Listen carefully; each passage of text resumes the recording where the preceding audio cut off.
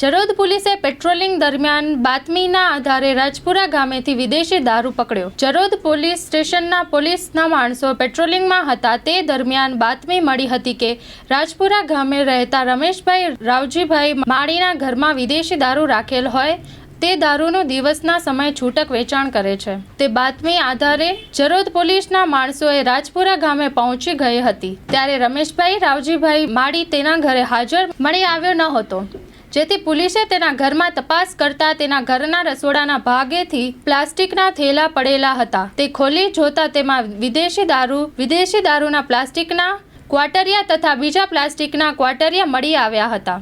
ત્યારબાદ રસોડાના ભાગે એક ચાદર ઓઢાડેલ જે ઊંચી કરીને જોતા તેમાંથી બિયરની 2 પેટી મળી આવી હતી।